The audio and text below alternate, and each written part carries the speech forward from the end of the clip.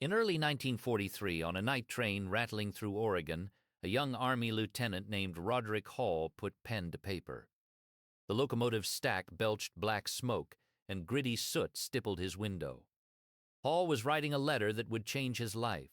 He proposed to the newly formed Office of Strategic Services nothing less than a solo sabotage mission against the Brenner Pass. This was the vital railroad and highway through the Alps that fed Hitler's armies in Italy.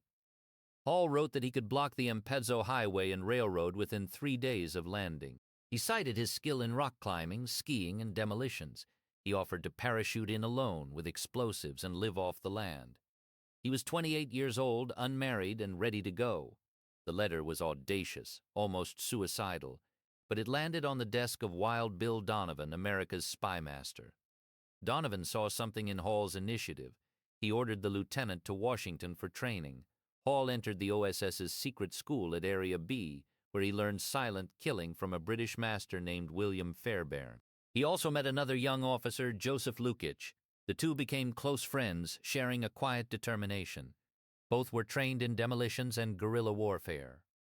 On June 22, 1944, Hall stood before a room full of OSS officers in Caserta, Italy.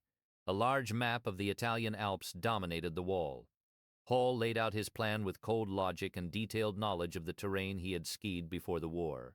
He proposed to sever the supply routes feeding the Brenner and then strike the pass itself. The brass gave him blanket approval. The operation was codenamed Mercury. Meanwhile, hundreds of miles away, another officer was building a different kind of weapon. Captain Howard Chappell commanded the German operational group. This was a team of multilingual desperados, former Luftwaffe pilots, Jewish refugees, and world-class athletes, all hungry for vengeance against the Third Reich. Chappell forged them into a fighting unit at the Congressional Country Club in Maryland, turning golf fairways into obstacle courses. One of Chappell's men was a swarthy Spaniard named Salvador Fabrega. A former cook and master scrounger, Fabrega could talk his way past any guard. Chappell trained his team in parachuting, hand-to-hand combat, and how to drive German vehicles. Later, they moved to Catalina Island for survival training. Chappell's goal was to take his entire group deep into enemy territory and strike at the heart of the Reich. Back in Caserta, Hall's team finalized their preparations. They gathered climbing ropes, pitons, skis, and ice axes from a special mountain unit. They practiced rock climbing on cliffs outside Naples. Joseph Lukic wrote to his sweetheart that his muscles had never ached so much. The men also stockpiled ammunition, blasting caps and plastic explosives, packing everything into cylindrical parachute containers. They were their own quartermasters. On the last day of July, Hall typed a farewell letter to his commanding officer, Captain Suling. He wrote that the operation was ready to shove off. He expressed high hopes of blocking the critical supply routes and gathering intelligence. The team would live off the land. It was a matter of days, perhaps hours, before they boarded the aircraft. Hall sealed the letter and checked his gear one final time. The stage was set. Hall, Lukic, and their small team were about to fly 600 miles up the Italian Butte and parachute into the Carnic Alps. They carried with them thousands of pounds of supplies for the partisans and the explosives to cripple the Brenner. The mission was a long shot, a single man's vision turned into a covert war. They were going in. On the night of August 2, 1944, a Halifax bomber droned through the moonlit sky above the Carnic Alps. Inside the cramped fuselage, Lieutenant Roderick Hall and his friend Joseph Lukic sat wedged among cylindrical parachute containers packed with explosives and supplies. The red jump light flickered, and the crew chief pulled open the wooden hatch known as the Joe hole, the floor hatch through which agents parachuted into the blackness below. Hall swung his legs over the edge and dropped. Hall's parachute opened with a crack, but the shroud lines twisted around him, and he began to spiral toward the earth. He jerked the risers frantically, and 300 feet later, the silk finally blossomed. He sailed past 2 wicked spikes of limestone and landed with a thud in a gully covered with saplings. Within an hour, Hall and Lukic linked up with the rest of their team and began gathering their supplies. Local partisans appeared at dawn wearing red scarves and carrying rifles. On August 9th, Hall and Lukic crept toward a reinforced concrete bridge near the Austrian border. Hall packed 150 pounds of dynamite and 25 pounds of plastic explosive against the load-bearing columns. He lit the fuse and the charges blew at 1:30 in the morning. The bridge crumpled into the river below. German reprisals followed swiftly. Entire villages were burned and civilians were hanged in the town squares. Hall pushed northwest through the Dolomites toward the approaches of the Brenner. He traveled alone for 3 days, climbing vertical rock faces and crossing snowfields where avalanches rumbled down the cliffs.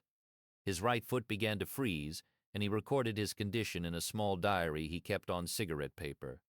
The paper was thin and brittle, each page a careful record of his dwindling supplies and growing isolation. In mid-September, Hall arrived at the village of Marison and was led to a house hidden in the forest. There he met a woman named Isabel de Obligado. She was tall and elegant, with copper-dyed hair and a wasp-like figure. She held the title of Countess and served as the German-appointed mayor of Zoldo Alto. To the villagers, she seemed a goddess. To the partisans, she was a source of weapons and shelter. The Countess was a double agent working for French intelligence.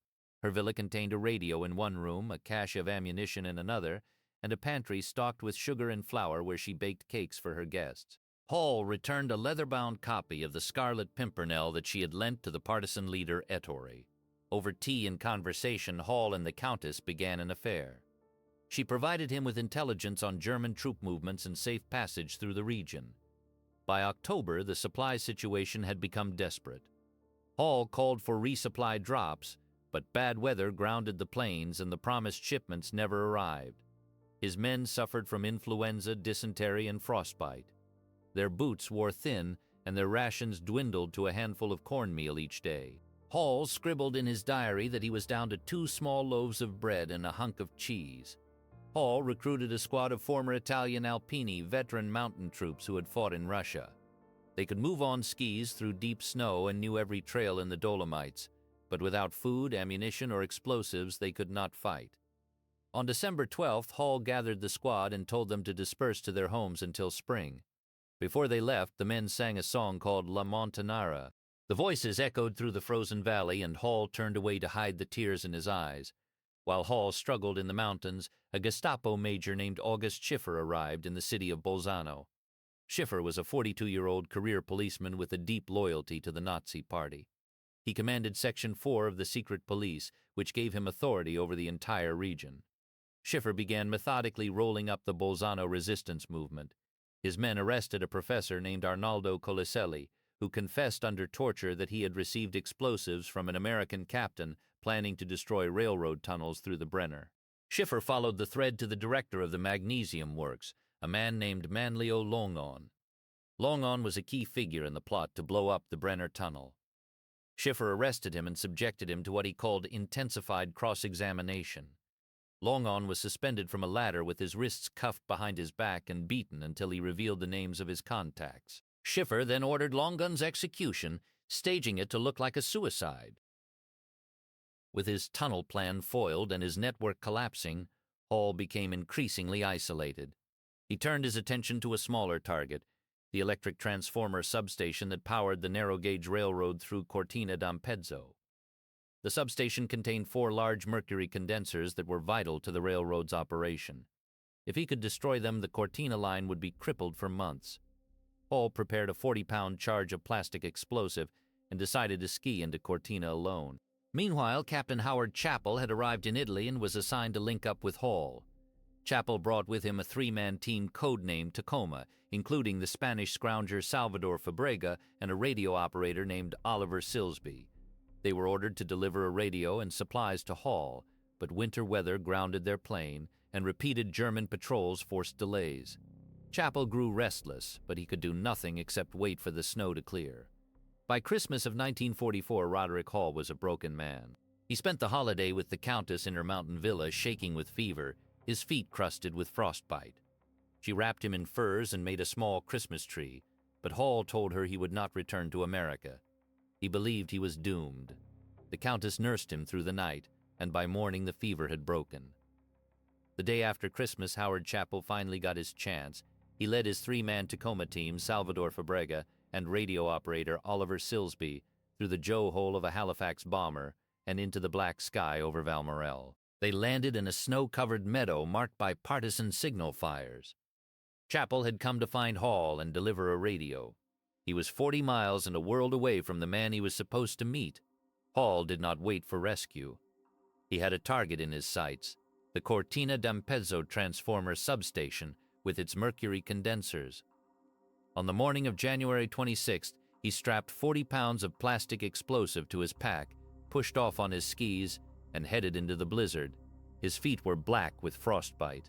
The snow howled around him. Visibility dropped to an arm's length. He was a lone figure swallowed by the white fury of the Dolomites. Hall never reached the substation. Hypothermia overtook him less than 2 miles from his objective. A local priest found him collapsed in the snow behind a church, half frozen and mumbling that he was fed up with this life. The priest brought him inside, gave him warm milk, and let him rest by the hearth. But a forest guard had seen the American. Within hours, German police arrived and took Hall into custody. The Germans did not know who they had. Not yet. They beat Hall in Cortina, but he stuck to his story. He was a downed pilot. Then they brought in his former lieutenant, a man codenamed Tell, under torture. Tell had already given up everything. He looked at Hall and identified him as the OSS captain. Gestapo had their prize. They loaded Hall into a car and drove him to Bolzano to the Corpo d'Armata, to August Schiffer. Schiffer was ready for him. For days, the Gestapo major applied every method he had perfected. Hall was suspended in the swing, beaten with leather whips, and jolted with electric current. He gave up little. Schiffer brought in the captured professor Arnaldo Colaselli, who confirmed Hall's identity. He confronted Hall with the traitor Tell. The American captain may have admitted he was OSS and that he had come to blow up bridges. He did not break entirely. On February 17th, Schiffer ordered the execution. He gathered his 2 henchmen, Albert Storrs and Heinz Andergassen, and poured them cognac. They led Hall to the machine room of the Corpo d'Armata, a dank cellar lined with pipes and valves. Andergassen placed a noose over Hall's neck. Storrs pulled the legs out from under him. The rope tightened. Within 10 minutes, Roderick Hall was dead. Schiffer staged the death as a suicide. His men carried Hall's body to his cell, positioned it on a chair with the rope around his neck, and waited for a guard to discover him. Then they drove the corpse to the Bolzano concentration camp, where a doctor signed a false certificate listing cause of death as cardiac paralysis, a term that does not exist in medicine. Hall was buried in a shallow grave in the Resurrecturist Cemetery, Field E, Row 1, Plot 17. Chappell knew nothing of this. While Hall was being tortured and hanged, Chappell's Tacoma team had finally linked with partisans near Belluno and begun attacking German supply lines. They blew up bridges, booby-trapped roads with explosives hidden in manure, and killed dozens of soldiers. For Chappell, the war was just beginning. For the man he had come to save, it was over.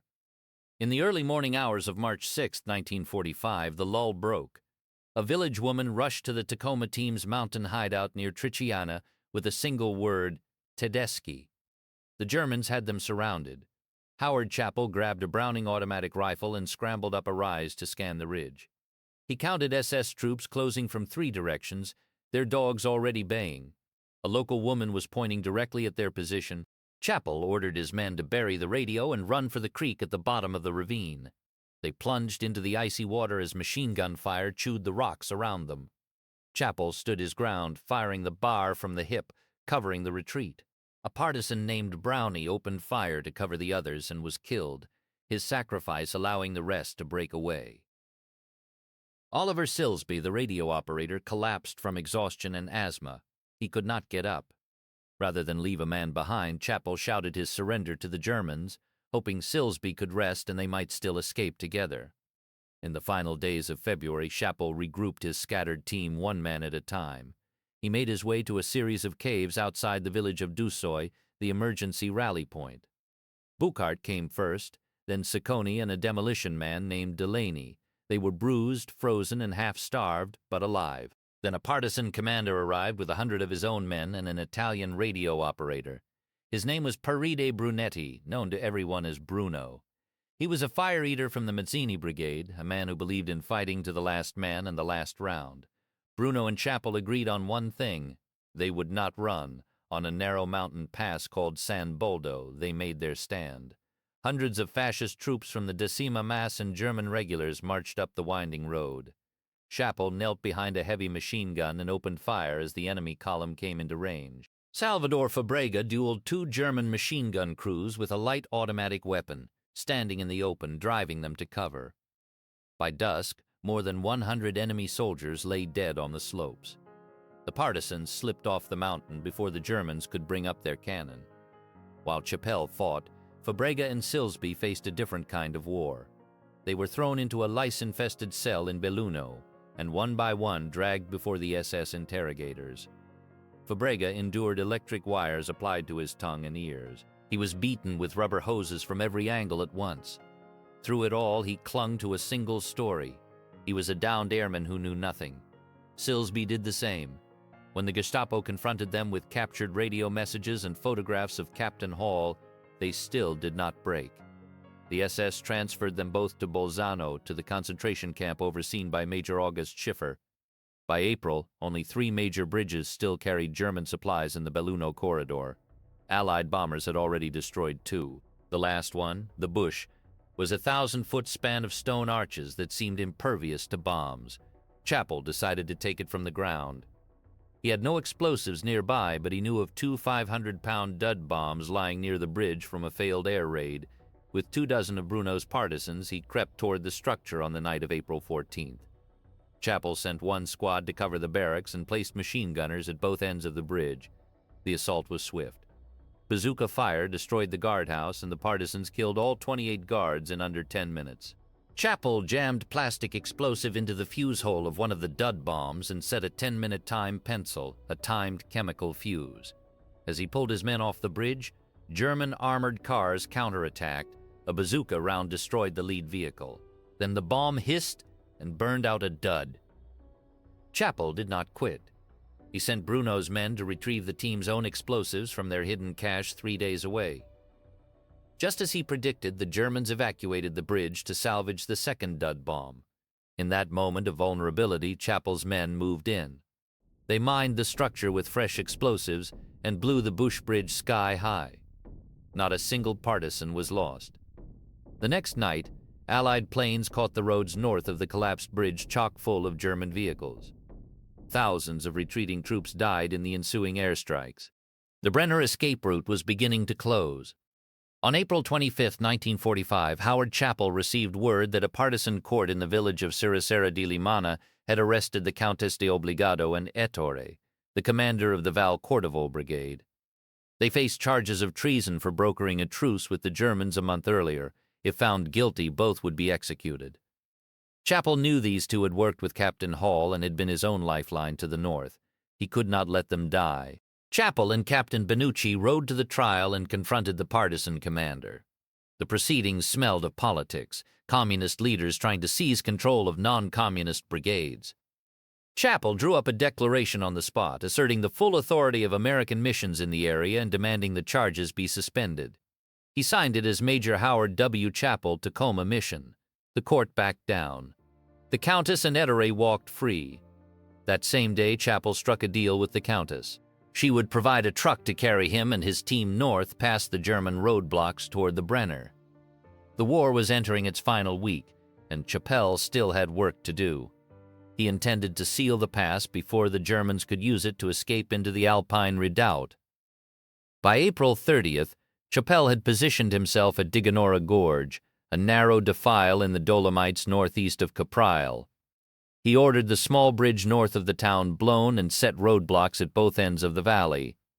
Then he waited. A German column soon appeared, a half-mile snake of trucks, half-tracks, Tiger tanks, and SS troops retreating toward the Brenner. From the high ground, Chapel watched the convoy roll into the trap. Ettore's partisans opened fire with machine guns from behind boulders. In 15 minutes, 130 German soldiers lay dead. The survivors halted and sent a priest with a white flag. Major Otto Schroeder, Chapel's old nemesis, demanded passage in exchange for sparing the civilians of Caprile. Chapel refused. Chapel and Charles Ciccone rode a motorcycle into the German lines without a white flag. They found Schroeder and Captain Herbert Heim of the Tiger Battalion in a hotel. Heim, low on ammunition and food, surrendered his unit on the spot. Schroeder, furious, asked to whom he was yielding. Chapel gave his name. Schroeder recognized him, the man he had hunted for months. More than 2,000 German troops laid down their arms that day. 2 days earlier, during the chaos of the German collapse, Salvador Fabrega and Oliver Silsby walked out of Bolzano concentration camp. The Red Cross had negotiated control of the camp the previous day.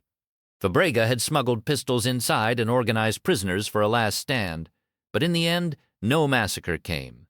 The guards simply melted away. The 2 OSS men were free. Their freedom nearly ended at a Red Cross warehouse in Murano. A random German patrol opened fire on the building, killing 1 British prisoner and wounding others. Fabrega helped calm the panicked survivors. An old Jewish man stepped forward and convinced the Germans the building was under Red Cross protection. The patrol withdrew. Fabrega and Silsby had survived the war in the first week of May. Chappelle drove north through the melting snow toward the village of Andrich. He had heard rumors about Captain Hall, that he had been captured, maybe killed, maybe exchanged. No one knew for certain. Chappelle wanted answers. He searched the house where Hall had stayed and found something buried in the snow beside the wall. Chappelle pulled a gray-green wine bottle from the ground. Inside was a letter from Hall to his father, written on New Year's Day. A second bottle held a diary. Hall had written his last entry on the day he left for Cortina. Haze, clear at night. Will leave tomorrow at 4 a.m. to attack Cortina line. It's a one-man job on Mercury condenser in station yard. Chappell now held the only record of Hall's final months. Chappell drove to Bolzano and found Hall's grave in the Resurrectorist Cemetery. The gravekeeper told him that 2 SS officers had visited the plot the previous day. Captain Albert Materazzi, the operations officer who had directed both Hall's Mercury mission and Chappell's Tacoma team from OSS headquarters in Siena, arrived soon after and began the investigation. Together they pried open the truth. Hall had been hanged, not a suicide. His murderers would not escape justice. In September 1945, August Schiffer was arrested in Germany. He had attempted suicide by cutting his wrists and later by swallowing sleeping pills, but both failed. Allied counterintelligence interrogated him and obtained a full confession. He admitted ordering Hall's execution, staging the death as a suicide, and covering up the crime with a false death certificate. The letters Chappell found in the bottle became evidence. On January 9, 1946, Schiffer, Albert Storrs, and Heinz Andergassen stood trial in Naples before a military commission. The charge was violation of the laws of war, summary execution of a captured American officer. All pleaded not guilty. Schiffer claimed he had followed Hitler's commando order. The commission rejected the defense. On July 26, 1946, the 3 men were hanged in Livorno. Chappelle returned to Washington, D.C. in the fall of 1945. General William Donovan awarded him the Silver Star at a ceremony outside the Q building. Chappelle then traveled to a hotel near the White House and met a man he had never seen before. Raymond Hall, Stephen's father. Without a word, Chappell opened his musette bag and placed his son's letters in the old man's hands. "Your son was a hero," he said. On Christmas Day 1945, the Countess de Obligado returned to the larch tree outside her villa in Marison. 2 officers from the Val Cordovol Brigade stood with her. She held a circular brass plaque cut from a 6-pound artillery cartridge. The inscription read, "Captain Steve Hall from Washington, fallen for his country, Christmas 1944. They fixed the plaque to the trunk, facing east toward the rising sun. Each officer fired 20 shots into the air. 60 rounds, all in honor of a man who had dared to try. Joseph Lukic, Hall's closest friend, returned to the United States after the war, served in 2 more wars, became a teacher and died in 2005, having never forgotten the mission. Bruno, the fiery partisan leader, survived the war and built a successful career in Milan. Salvador Fabrega received the Distinguished Service Cross and then vanished from the historical record. Oliver Silsby went on to serve as a CIA station chief in the Middle East. Albert Materazzi spent decades researching the missions he had directed and became the keeper of Hall's legacy. The letters Chappell delivered to Raymond Hall remain the only voice of a man who wrote his own plan, walked alone into the mountains, and paid the full price. If you have any stories from your own family about the Second World War in Italy, or connections to the men who fought behind the lines in the mountains, we would be honored to read them in the comments below. Please consider subscribing to the channel and giving this video a like to help us continue bringing these forgotten stories to light. Thank you for listening.